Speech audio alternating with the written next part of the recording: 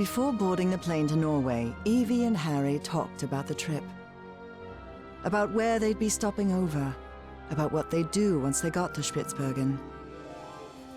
They talked about bringing plenty of warm clothing and gear and... Professor? Yes? When I was being held by that man, Bowen, he showed me a picture of you. A picture of you and my father in the Pacific. Did you know my father, Professor? And then, it was Harry who didn't know how to find the right words. Because even though he'd been waiting years for that question, he still didn't know how to answer it. Evie took Harry's silence as a yes.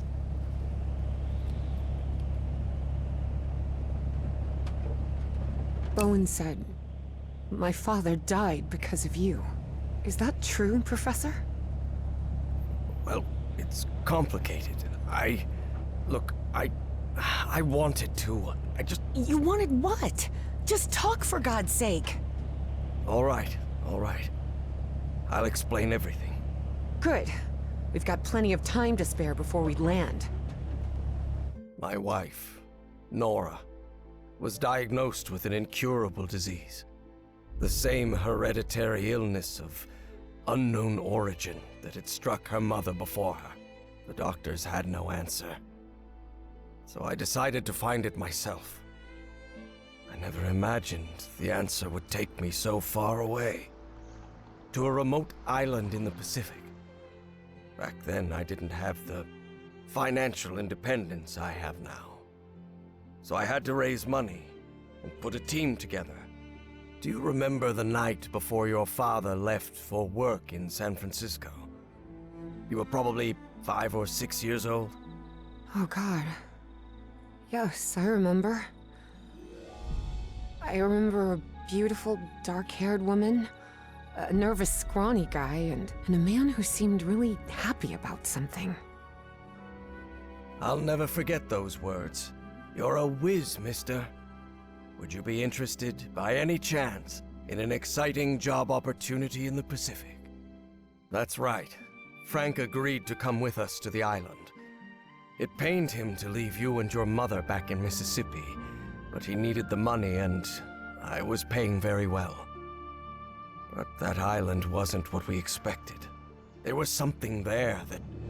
Let's just say there are forces in this world that mankind ought not to meddle with, Miss Drayton. Things like the Black Ooze, and on that island, it was everywhere. I told you, it's the most dangerous substance I've ever come across. We found that out when one of the expedition members came into contact with it. It was him, driven mad, who attacked your father. Just a shallow cut with an ancient dagger, but enough to infect him with that black liquid. That is what took Frank's life. I did what I could to look after him, but that infection, it was beyond anything I could handle. His final words still haunt me. Harry, please look after my wife and my little girl. And that's what I've been trying to do all these years. Though evidently not as well as I might have done. Evie was speechless. She could not believe it. Take care of me? What are you talking about? I just met you a week ago. I've never had anyone except my mother. And the only help we ever got was from the insurance checks. What kind of help are you— There was no insurance, Evangeline. What? Harry decided that since he'd started telling the truth, he wouldn't stop halfway.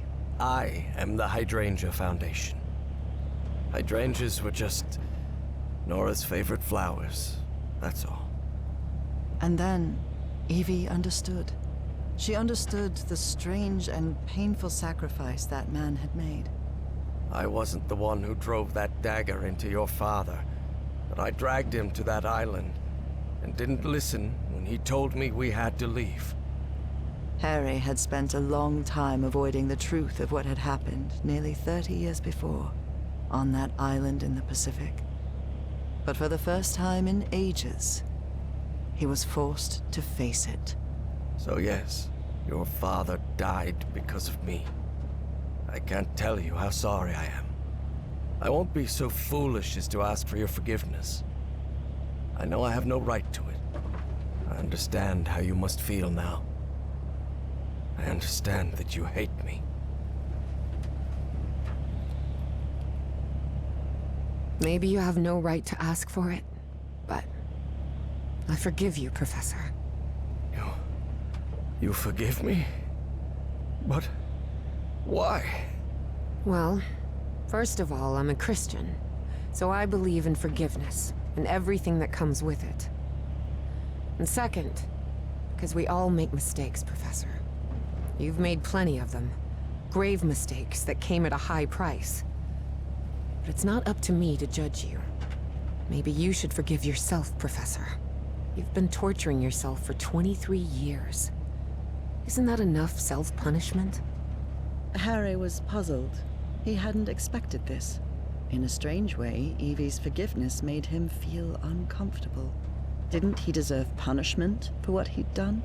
Evie's decision had made him doubt. Perhaps it was time to move on. I don't know. Maybe. Maybe you're right. I'm sure I am.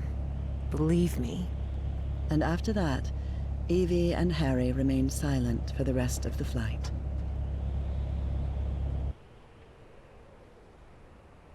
Despite having talked about it, Evangeline and Harry were not prepared for the freezing cold they would face on that remote Norwegian island. Although weather would be the least of their problems in that place.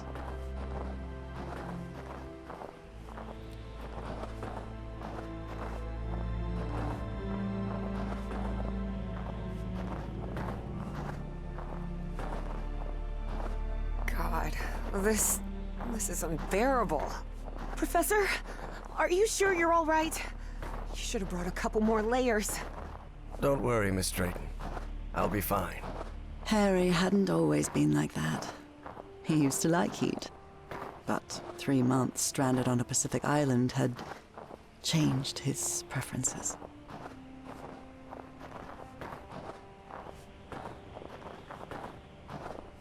What we saw in Bowen's office?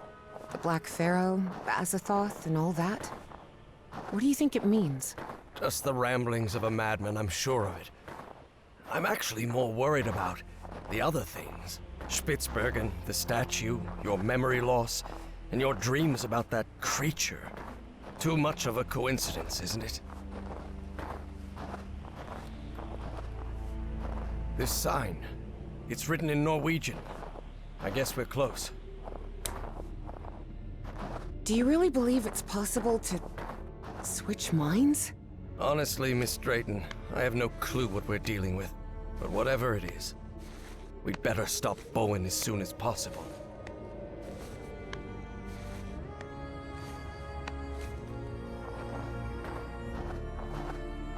Here it is, the radio station.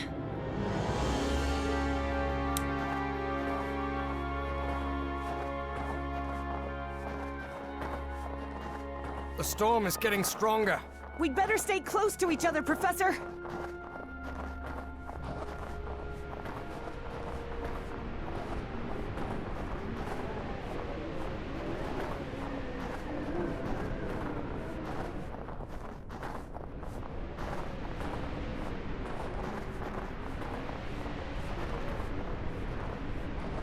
This must be the generator room. But it's locked. I can see some banners on the building. They look like... oh. Nazis. I hate these guys. Just as I thought. No power in here. We should look for the key to that generator room. It must be around here somewhere. This might come in handy, but not right now. I need to get the power on in here first.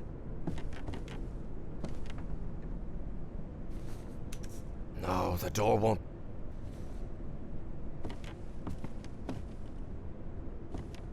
Not yet. I've got to get the generator running before I can get any work done.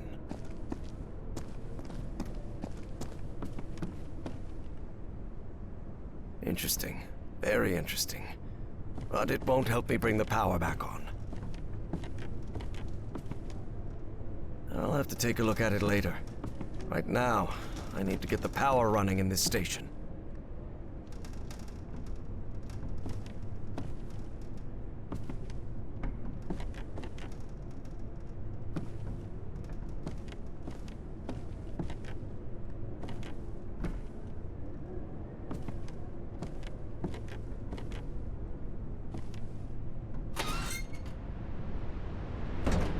Evangeline, I see her.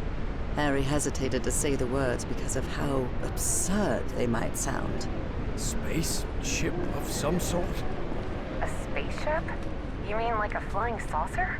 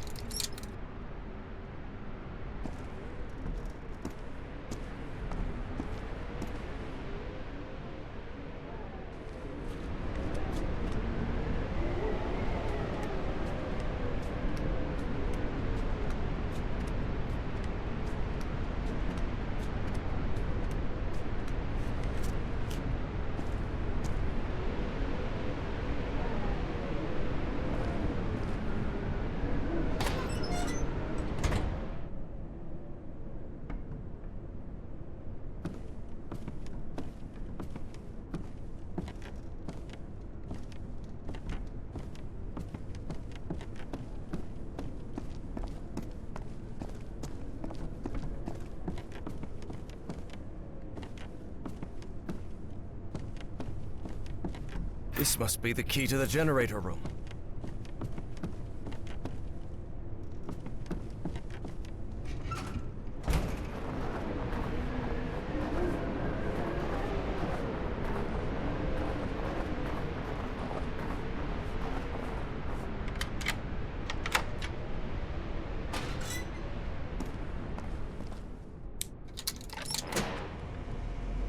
Hey, what the...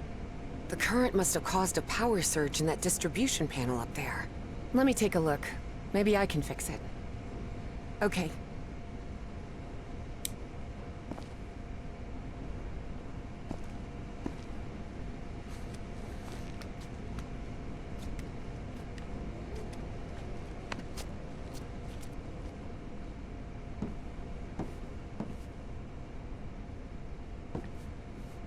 Darn it. This fuse box is sealed. You don't happen to have a screwdriver on you, do you? Perfect. This'll do.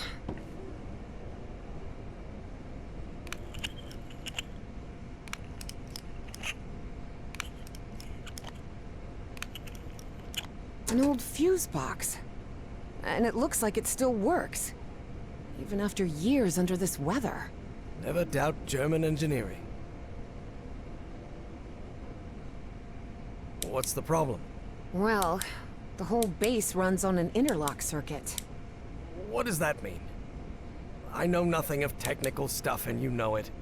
It means that for the power to reach the antenna, you'll have to manually turn on each switch in order. You mean I have to look for switches all over the base? That's right. I'll route the power from this fuse box and then you turn it on. Fine. Stay put. I'll get back to you. You're in charge now.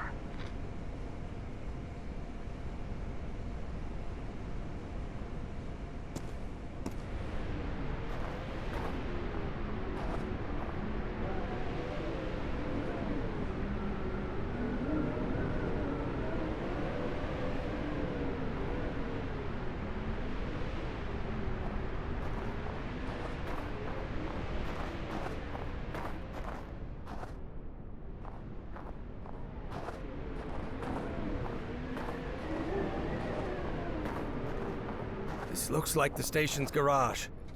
Good. I managed to turn this thing on. Please, by all means.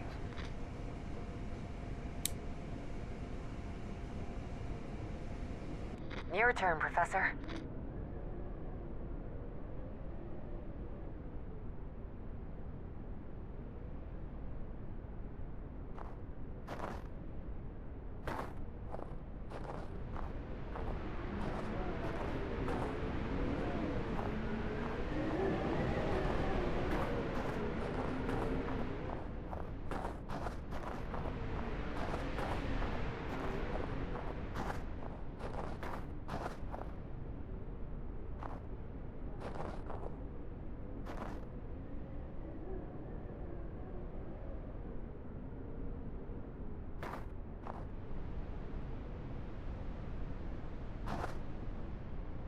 book titled The Unspeakable Cults doesn't sound like a very pleasant read.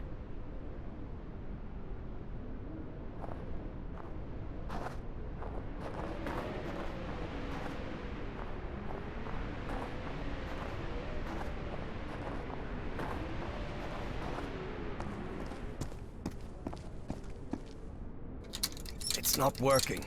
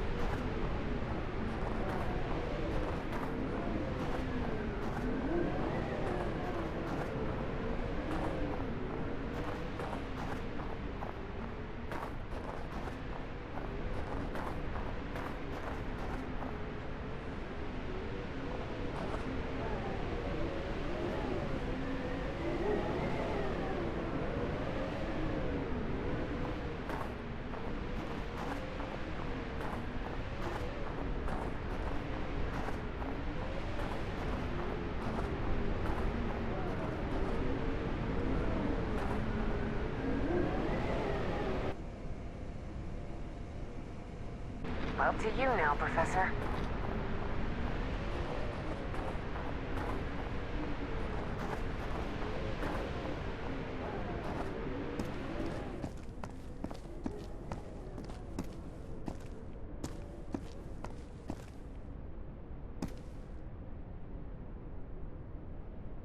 It's up to you now, Evangeline.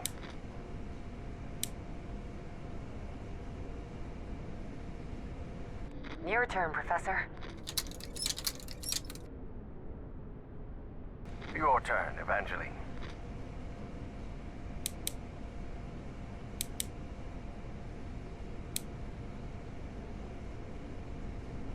You're in charge now.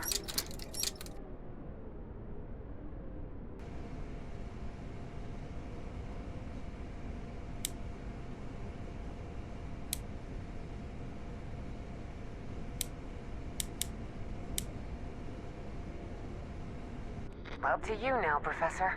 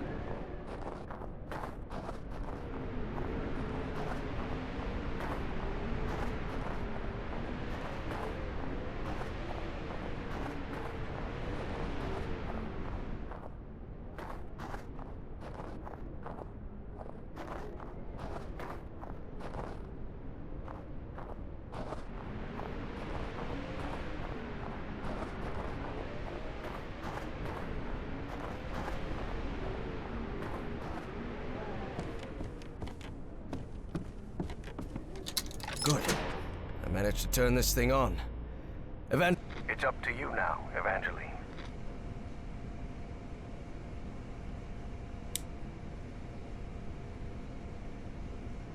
Your turn, Professor.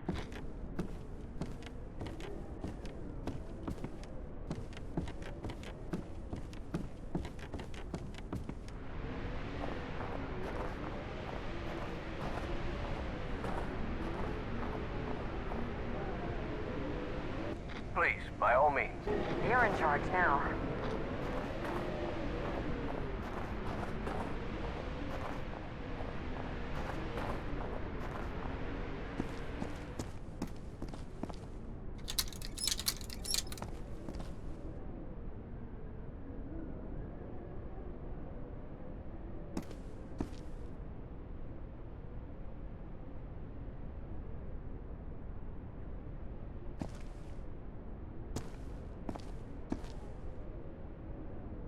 It's up to you now, Evangeline. Up to you now, Professor. Good. I managed to turn this thing on. Evangeline, try another switch.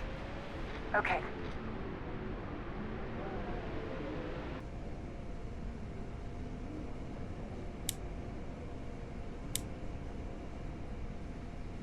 Your turn, Professor.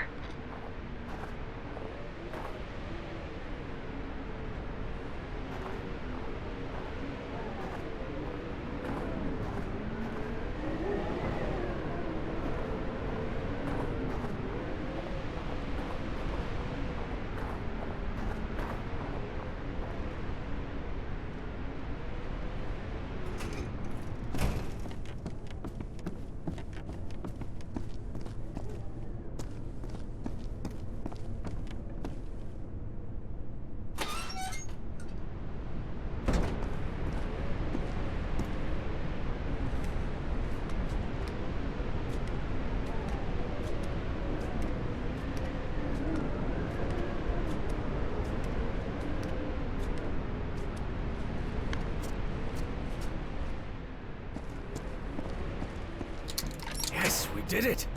We're good. Power's on. I'm heading back to the antenna, Professor. Okay, Evangeline.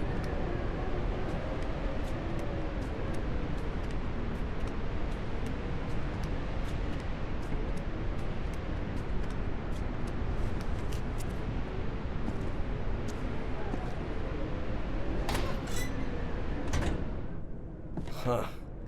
Wasn't expecting to see one of these here. What are you talking about? It's an Enigma machine. A message encryption device the Nazis used to encode top-secret messages. But how could you possibly know that? I worked in intelligence during World War II. Obviously, I was too old to be sent to the front lines. And I can't see a thing without my glasses. But the OSS thought someone like me could be useful cracking codes. So they sent me to Fort Meade, Maryland, to the Signal Security Agency building.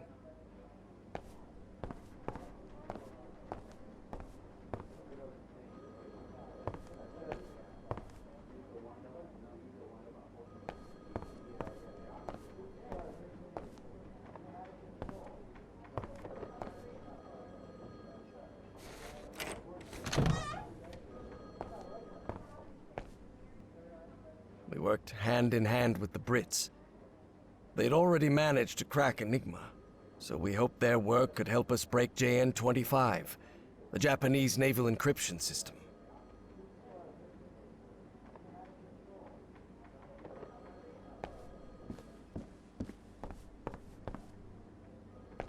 This is the message that needs to be deciphered.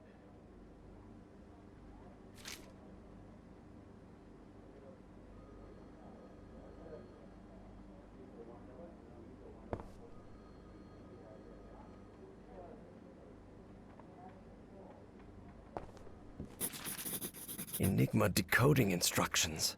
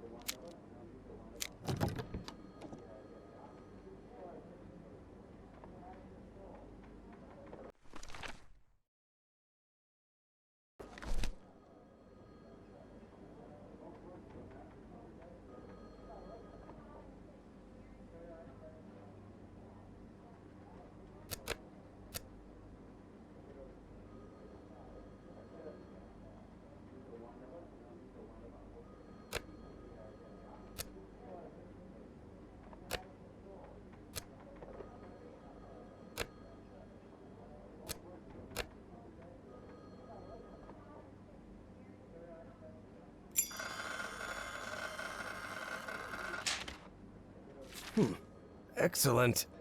I think I solved it. Maybe we can use their deconstruction process and adapt it to crack the Japanese ciphers.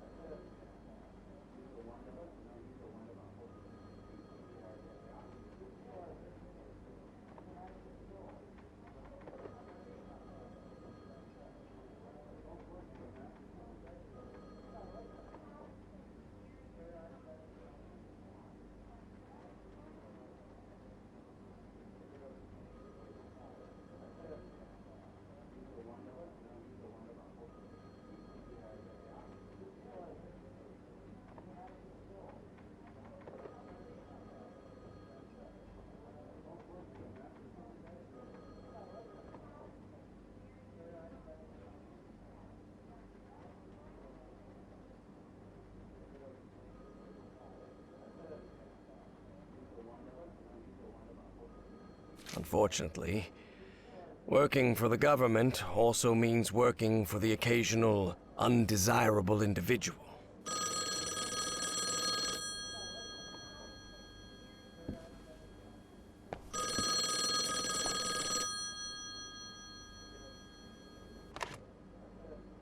Yes? Professor, this is Caleb Bowen speaking.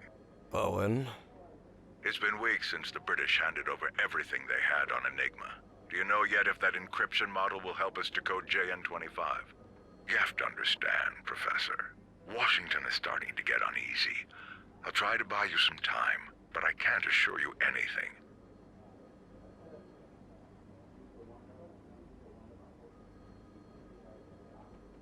There are similarities between both encryption systems, but they're not identical. The Japanese use additive methods, as we've seen in earlier models. When do you think it will be ready? Cryptography is not an exact science, Bowen. We're making progress, that's all. Very well. I'll report that to Washington. Professor, hear me out on this. You're doing an excellent job. But please understand Listen, Bowen. The only reason I'm doing this is for my country. And one thing's clear to me. The less we deal with each other, the better. So frankly, don't bother trying to butter me up. Ah, Professor, we have more in common than you think. Why do you insist on making us enemies? Look, no matter how much you try to deny it, I know you're still a damn Nazi. And though I've never been able to prove it, I also know you had something to do with the sabotage of my expedition.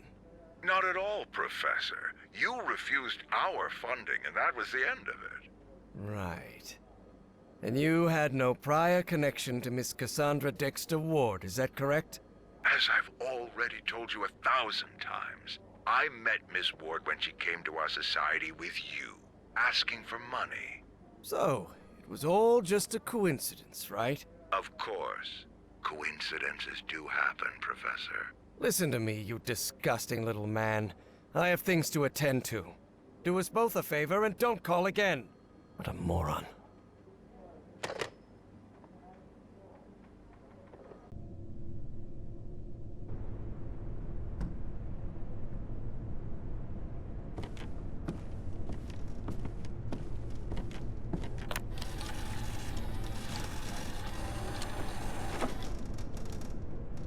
This encrypted message is rather short.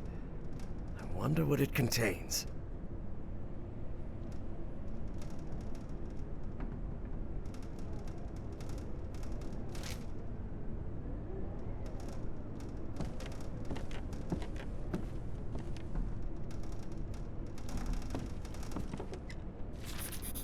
Januar 1943. That means January 1943. Well, yeah. That one's not too...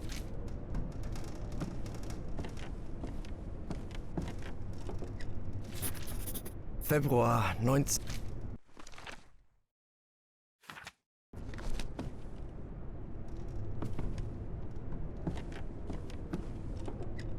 There's some sort of cabling.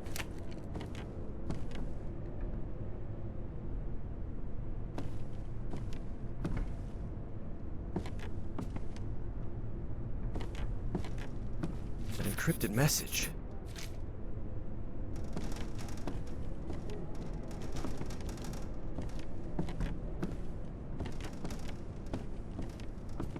No use.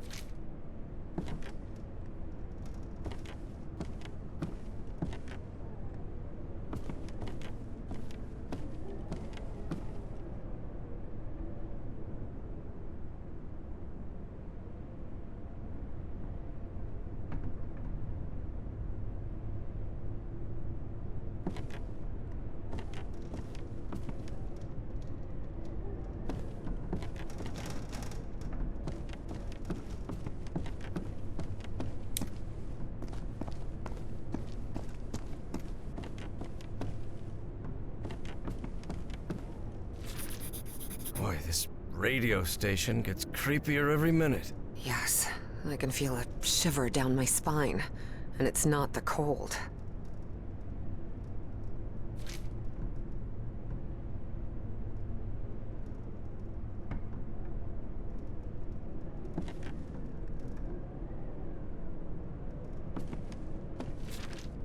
Operation Weserübung. The Nazi occupation of Northern Europe.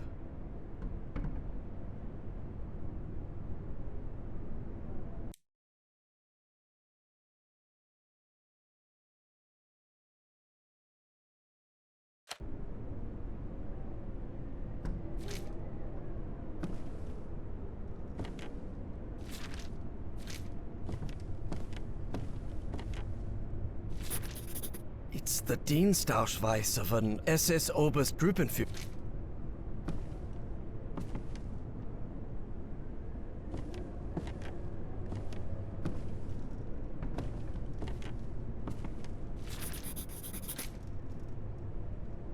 This machinery hasn't been used for years. It's junk. All of these rusty gadgets are useless.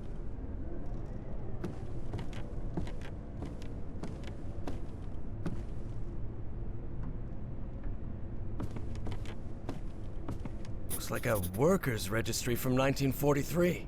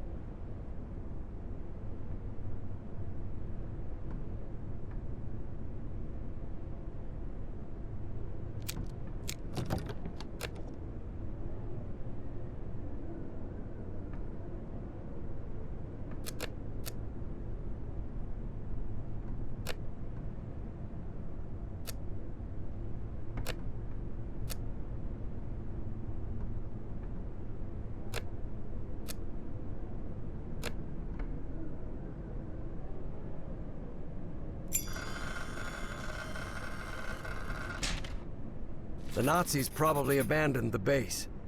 That's why this message was never received.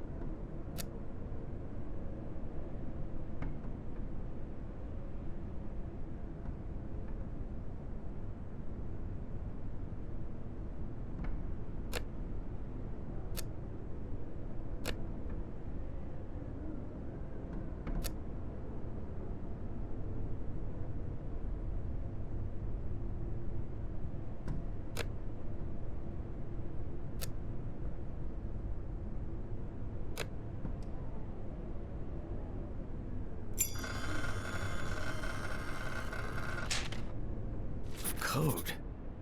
I wonder. Could that be the code to access the reinforced door, Professor?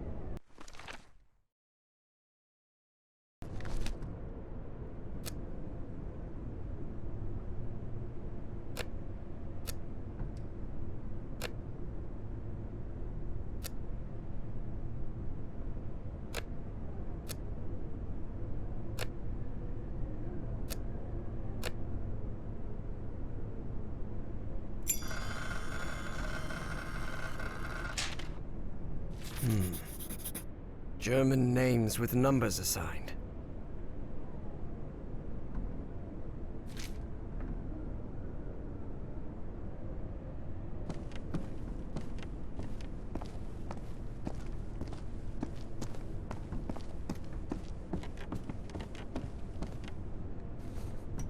No, the door won't budge.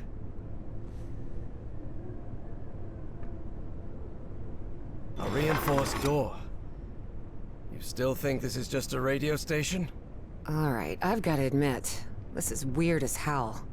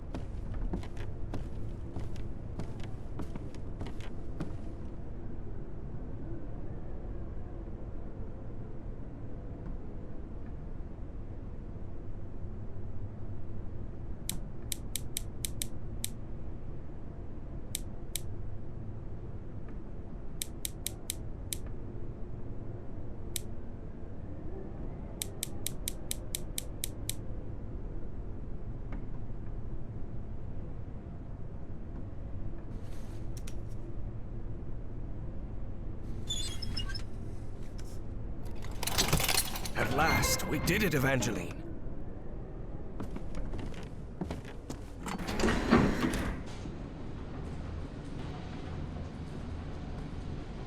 So the station was just a cover-up. But I wonder what for. Whatever it is, we're going to find out. And soon.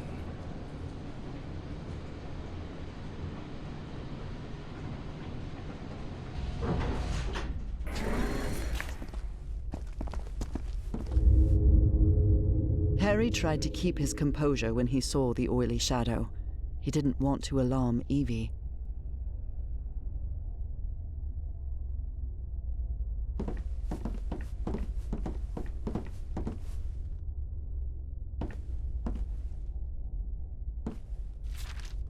A flood. So they carried on, without regard.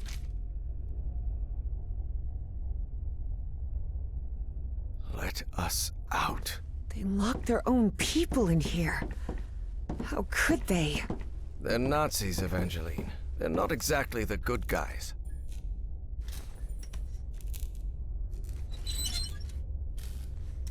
Do you think we'll find that great engineer of yours down here? I hope so. This trip will have been a total waste of money. But Evie suspected there was much more at stake than the cost of their trip.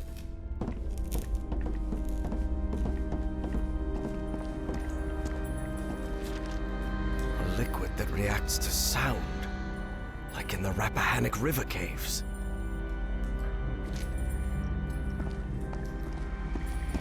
Harry held his breath. The black shadows were back again. But then... What the hell is that thing? You can see that too? That sort of cloud of black smoke? Of course. It looks alive. Offices, control room, Chronos lab. That must be it. We have to go through to the other side. But how will we open these doors? You said control room, right? I bet we can operate the doors from there. That makes sense. Okay. To get there, we'll need to go downstairs and through the offices. But Professor, the way downstairs is flooded. Well, it seems there's no other choice. Which of us... I'll go this time, and I'm not going to allow any argument about it. Because despite how I look, I'm not 80 yet, Harry thought to himself. Do you want to go down then?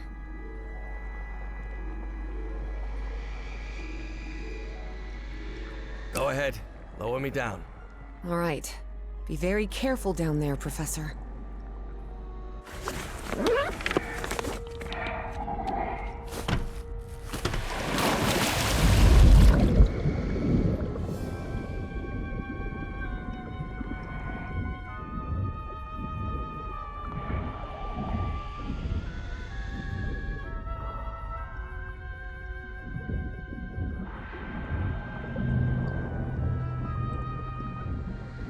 Everything all right down there, Professor?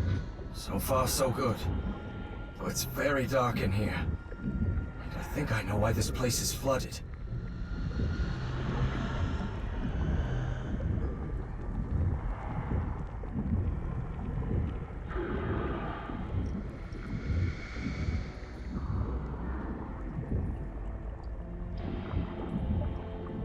They must have tried to break into that flying saucer and then release the black ooze. Do you see any black ooze around? All around, yes. I'm pretty sure it was the ship's fuel. 10 minutes of air in this suit.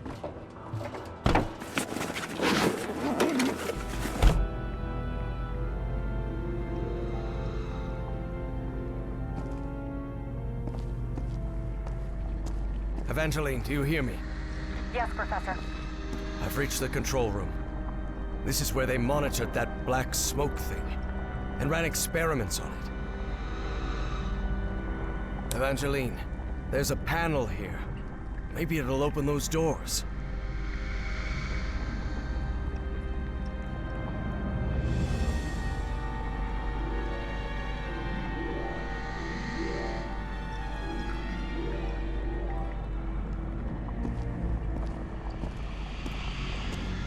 Looks like the organizational chart for Project Kronos. He must be talking about that flying saucer we saw out there.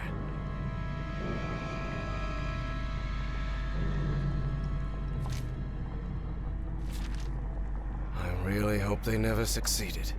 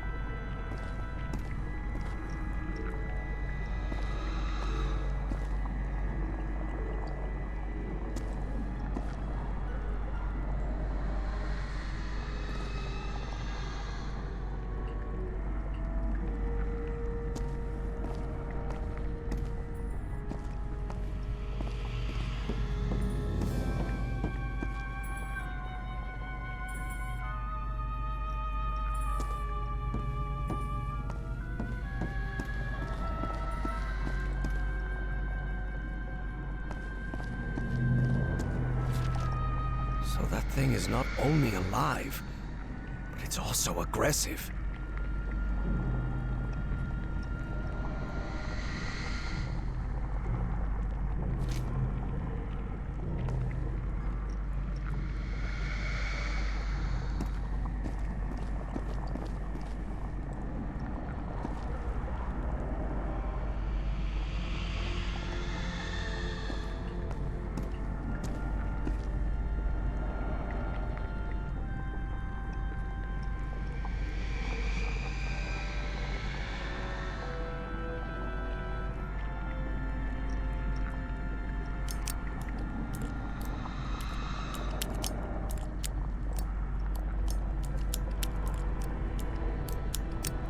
A light just came on.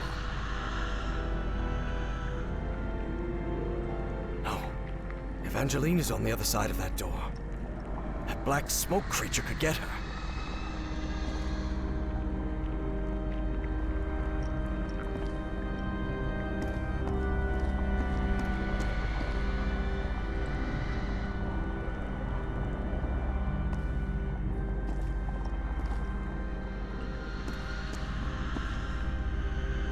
Your turn, Evangeline.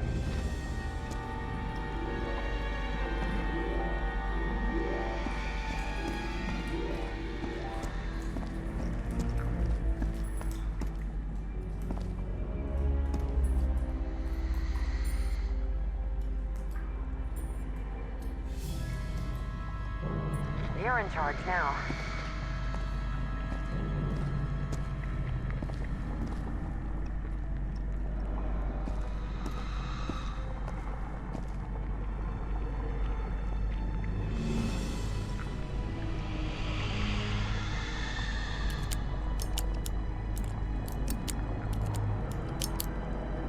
All right, that's on. Professor, look. That thing. It's moving into the next chamber. It seems to move like a trapped insect.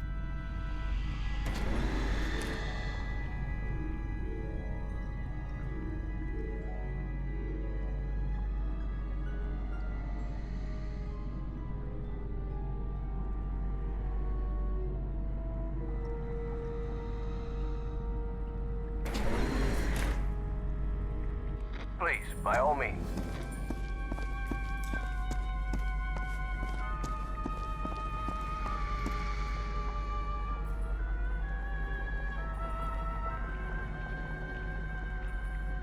Your turn, Professor.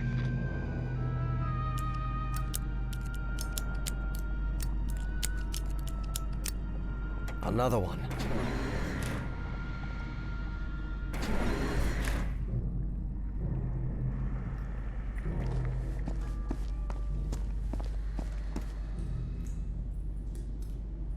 Up to you now, Professor.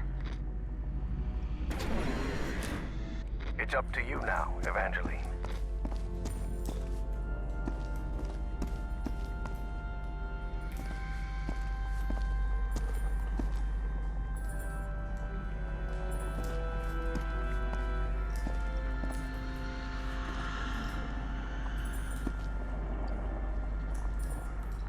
Your turn, Professor.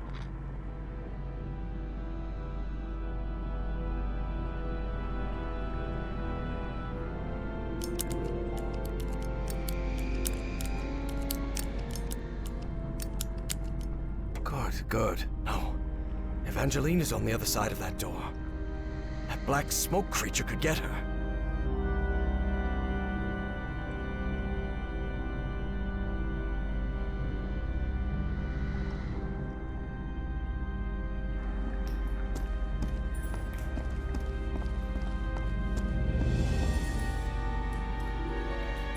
You're in charge now.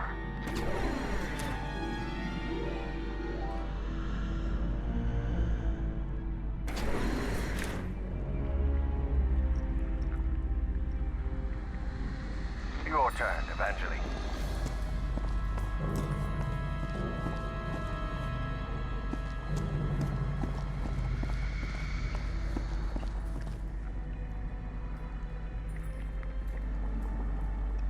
Up to you now, Professor.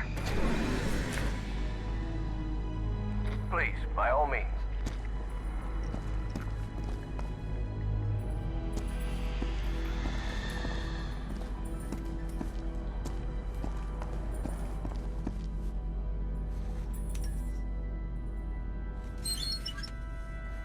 I opened this door for you, Professor. You can leave the control panel.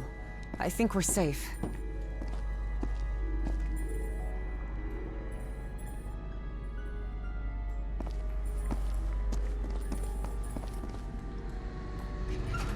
What on earth was that thing?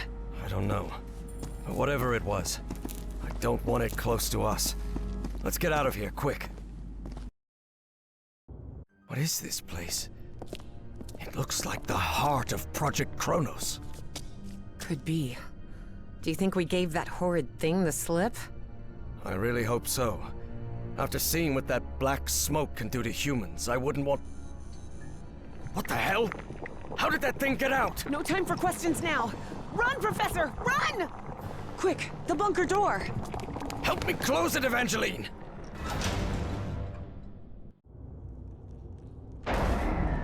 Damn it. That was close. Guys, I hope this chamber is shut tight. If not, we better find another exit. Otherwise, we're trapped in here.